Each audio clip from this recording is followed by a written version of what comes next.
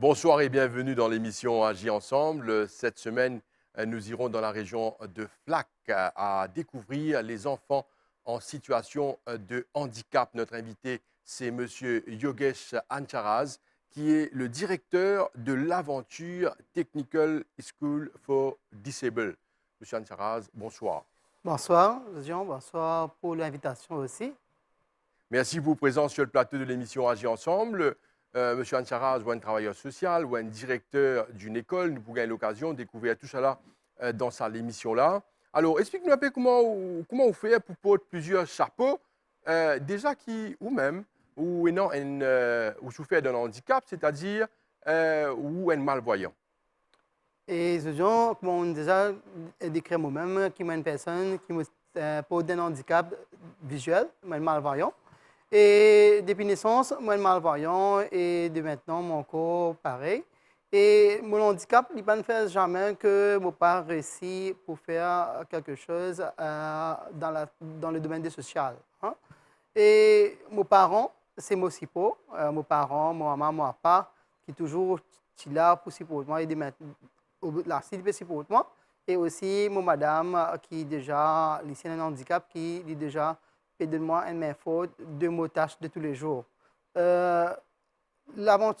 Pour créer l'association, c'est une histoire de Eli parce que vu que moi déjà souffre d'un handicap visuel et pourquoi pas mon pensée qui moi aussi suis capable d'essayer d'aider les autres bonnes personnes qui souffrent d'un handicap pareil comme moi. Il dépend surtout quel type de handicap, dépendant dans la région qui me vivent dans la région des Flaques. Monsieur Ancharaz, il y a une affaire extrêmement importante. Déjà, au début de cette émission, je suis content que Bandimoun comprenne ça parfaitement bien. Au fin, prend naissance ou même avec un handicap ou un malvoyant. Raconte-nous la vie, comment fin était en tant que malvoyant. Parce qu'on a l'école, on a la vie normale, comment ça fin faire pour vous? Et vu que à mon naissance, moi, mon né avec ce handicap-là, c'est le handicap visuel, moi, malvoyant. Et normalement, moi, c'est mon école pré-primaire, primaire et secondaire dans l'école normale, vous savez, avec tous les enfants, pareil, dans une classe qui fait travail. Moi, pas aucune école spécialisée. Et moi, je fais mon étude jusqu'à secondaire. Mais seulement pour moi, surtout, si je prends au niveau primaire, primaire, il tient un petit peu comme si moi, de l'avant pour quand on fait mon devoir, je faisais toujours devant le tableau pour écrire, et puis mon cahier, je get mot par mot, je copier, C'est je copier difficile? mon devoir. C'est difficile, oui, mais seulement avec courage, mon professeur, avec surtout mon camarade dans la classe, ça se fait pas ça à la merveille. Mais seulement, il y a un petit souci quand on fait le secondaire. Parce que quand on est en primaire, ça veut dire tous les enfants dans l'endroit. Et quand nous avons un coup de secondaire, c'est un petit peu partout, tous les enfants sortis. Et qui se pense, c'est un genre, moi personnellement, parce que moi j'étais dans une classe qui est tous les enfants normaux. Et moi, que je me souviens d'un handicap visuel. Là-bas aussi, pareil, au collège, moi je peux essayer de prendre mon cahier, moi je peux copier. Mais moi, parfois, moi je peux grandir un petit peu là, un petit hanté, tout ça, c'est un peu hésitation. Et là, moi je peux commencer à prendre mon cahier, moi, un camarade, copier mon devoir. Et là, moi, je refaire mon devoir à la maison. Gérard, je veux dire, ça fait extraordinaire en fait. Hein, où je souffert là d'un handicap ou un malvoyant, mais n'empêche, ça pas fini n'empêche ou à le faire ou l'étude à l'école primaire, secondaire, faire des efforts. Mais tout ça extraordinaire. Comment on arrive à évoluer comme ça, surtout avec le regard des autres? Vous connaissez un petit peu l'aspect familial, parce que papa déjà lui est un lecturer dans la maison, surtout, il m'a dit, c'est un petit peu moi-même, un petit peu paresse, mais moi, je me prends un peu de l'avant pour aller essayer de voir dans quel domaine je suis capable de bien placer moi. Malgré que je fais mon secondaire, je essaie pendant que je fais vocation aussi en même temps. Là, quand je suis pour faire vocation, j'ai fait sculpture sur le bois pendant 1 an et demi à son technique Saint-Manfort. Et que ça ne porte encore le fruit parce que son technique Saint-Manfort, comme je fais sculpture sur le bois, j'ai eu l'occasion pour représenter Maurice à 2 reprises. C'était un en l'Inde pour un grand programme pour les jeunes. Et deuxième, c'était à Prague, tenant les Habits Olympiques compétition en 2000. Sa compétition, c'était pour une personne qui souffre d'un handicap, que j'ai une skill of learning. Par exemple, si je connais un travail, un métier, c'était par rapport avec ça. Si un camarade qui fait photographie, il sélecté ici Maurice, après il a fait sur compétition internationale. Moi, pareil, moi, j'ai sélecté pour faire wood carving en 2000. Là, moi, je représente Maurice à Prague et moi, je fais 7e dans les mondiales pour mes 34 pays. Enfin, je ne vais pas réussi à atteindre le premier, deuxième, troisième, mais au moins 7e, pour moi, c'est satisfaction parce que c'était moi qui fais quitte l'enceinte de l'école comme si je fais des outils de travail et directement dans une compétition internationale. Jean Jaraz, nous profite de l'occasion pour dire félicitations pour le parcours. On représente Maurice et une classée 7e. C'est quelque chose d'extraordinaire. Là, déjà, ça a prouvé qu'il ne vous pas paraître du tout au travail dire, M. Ancharaz. Mais dire nous affaires, ou dire qu'il est un malvoyant. Nous connaissons quand on non-voyant, il est aveugle, il n'est pas trouvé non mais un malvoyant, nous tiens compte expliquer qui ça veut dire un malvoyant. Là, par exemple, sur ce plateau-là, qui est capable de détecter, qui vous trouve, est-ce qu'il vous trouve pareil que moi tout le monde, qui est arrivé là? Et un malvoyant, c'est la vision est un peu bien minime, bien petit, parce que moi, on a 8% de visibilité. Et c'est moi, 8% de visibilité, il peine comme si empêchement, parce que moi, là, même dans cette moitié là pour faire recording, et il y a plusieurs bandes la lumière qui peut allumer tout et tout de moi. C'est l'éclairage, ça me reconnaître. Vu que devant moi, tout partout, il est sombré, et me trouve avec la face de la lumière devant moi. Mais c'est moi toujours, mon côté gauche, il flou complètement. Il y a un petit problème toujours, peut-être aggraver quelque chose. Mais c'est moi, ça n'a pas d'empêchement toujours pour être malvoyant, pour essayer, quitter un petit coup, prendre un peu de précaution, commencer chez tout, l'escalier et tout, ça qui fait. Vous fait attention. Voilà. M. Ancharaz nous fait un petit exercice, ça vous permettez-moi. Ou qu'à dire moi combien les doigts, vous le montrez où là?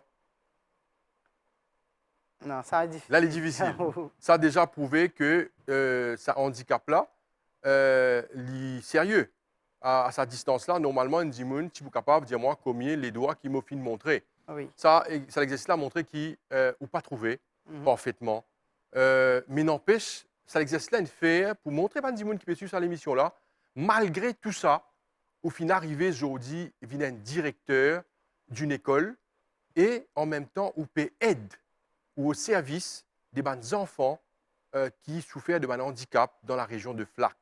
Alors, avant qu'il nous ait cause à l'école là pour comprendre parfaitement ce qu'il vous fait, Monsieur Ancharaz, vous nous dites qui vous mariez et ou Madame aussi souffre d'un handicap. Comment ça fait un couple qui souffre les deux d'un handicap? Explique-nous ça. Parce que moi, comme on me disait dans le début, mon handicap, c'est malvoyant, mais pour lui, c'est un handicap physique. D'accord. C'est que dans le côté droit, sur des doigts, sur des doigts petits. Et seulement, il essaie de trapper et tout, il fait souvent un mouvement et tout. C'est que besoin qu'on nos camarades, besoin qu'on partage chacun qui est là. Par exemple, si moi, je connais quelque chose qui m'a une difficulté, il aide moi, et s'il a une difficulté dans quelques tâches, moi, je aide. Et là, c'est que nous sommes capables de tomber en entente, nous la vie devant.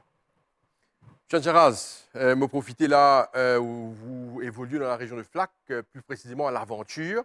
Raconte-nous un peu, décris-nous un peu aux régions. C'est une région intéressante, c'est joli ça, la région de l'Aventure. Et l'Aventure, elle se trouve dans le district des Flacs.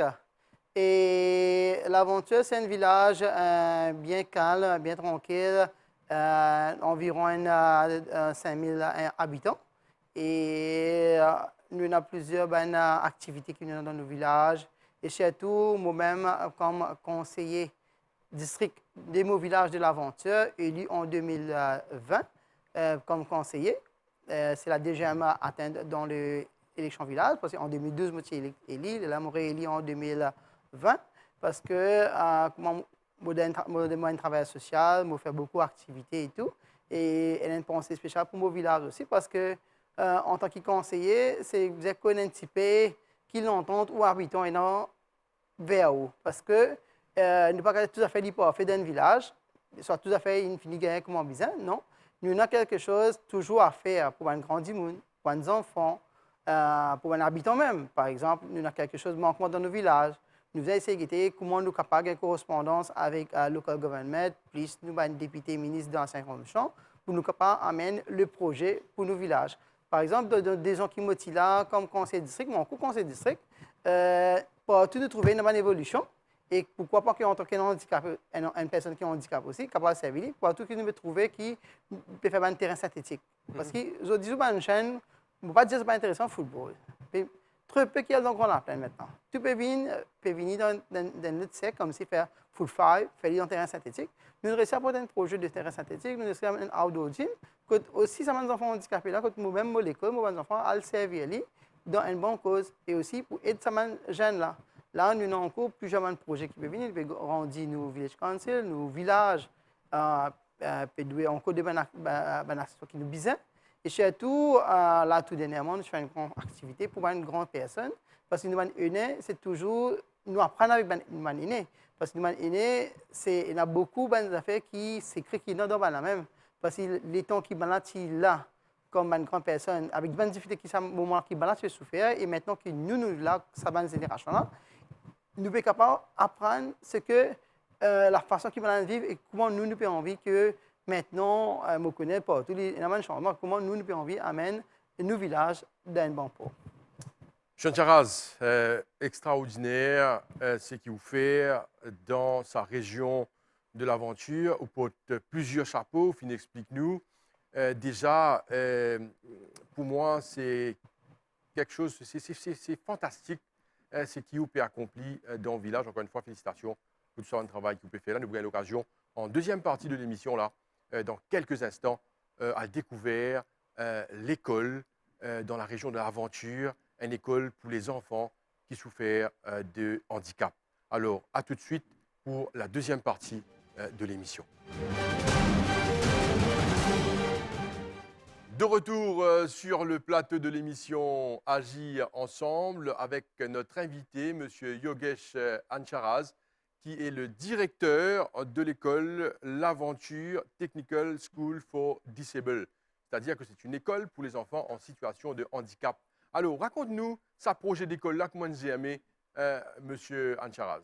L'école est fondée en 2005, comment on dit, souffre d'un handicap. pourquoi pas aider des personnes qui souffrent d'un même type de handicap, qui ont le moyen pour capable accès avec l'éducation.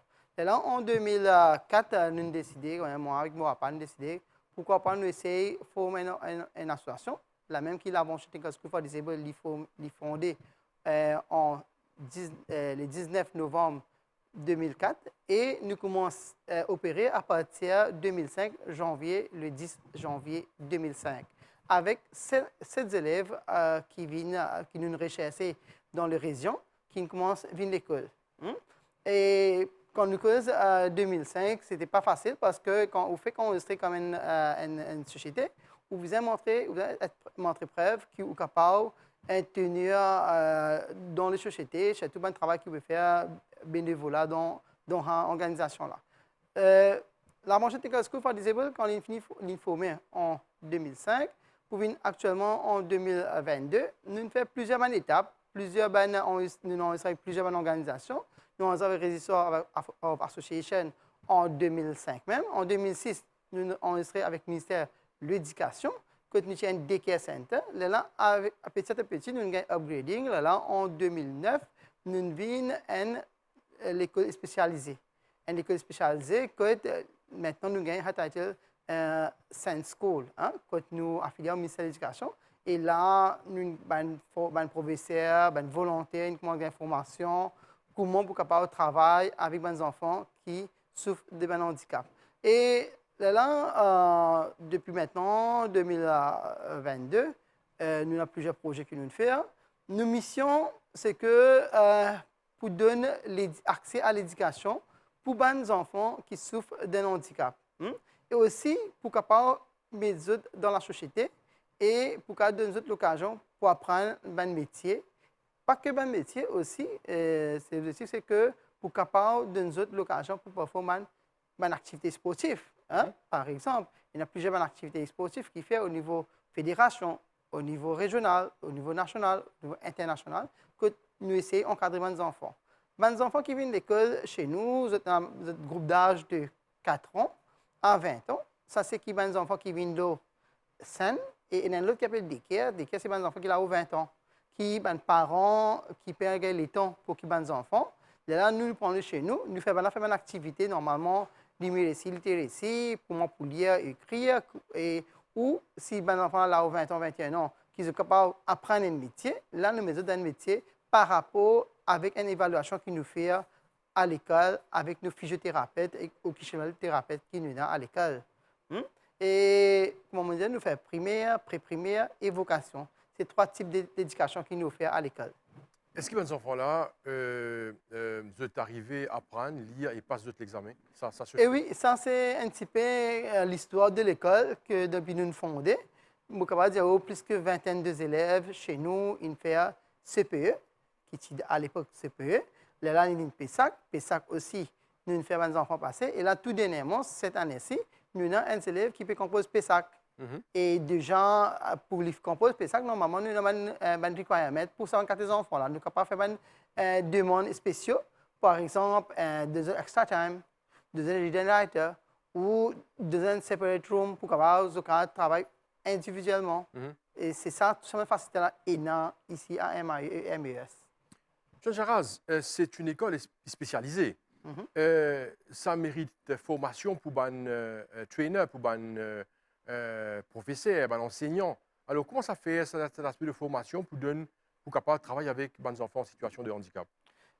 Auparavant, quand on était en 2005, quand on était là, c'était une époque, c'était United Way et Marcus qui donner une formation. Et petit à petit, l'information a grandi quand on arrive avec le ministère de l'Éducation, que là, le ministère de l'Éducation, ensemble avec MAI, qui commence à travailler le système, que toute personne qui rentre dans une ONG pour travailler, pour donner un coup de main, pour savoir les enfants qui ont un handicap là, besoin d'informations. Une formation qui est une formation de professionnels. Là, c'est nous, staff, là, d'après le niveau d'éducation qui étaient là chez nous. Et par rapport avec ça, MAI, pas juste que chez moi, il y a plusieurs écoles qui ensemble qui gagnent cette formation-là. Parce qu'il y a même qui nous fait le ministère de l'Éducation, il fait une database pour connaître combien de personnes qui travaillent dans une ONG, par exemple moi. Par exemple, moi, ONG, là, moi, je suis school. Et là, nous avons une foundation course, professional, c'est un tas de cours qui sont programmés pour différents niveaux. Que tous nos staff aujourd'hui sont capables de dire tous ces staff qui est dans le cours recul de MAI. Vous connaissez combien d'enfants, combien d'élèves à l'école? Là, actuellement, nous avons 75 élèves en rôle qui allaient venir à l'école et ils ont une formation voulue. Et surtout, nous pas tout à fait travailler avec une formation adaptée pour scène, ça va nous parler directement à côté spécialisé. Mais nous travaillons le même curriculum de mainstream, c'est-à-dire que l'école normale, qui travaille même livre, même syllabus, même activité, mais nous sommes focus là-dedans aussi.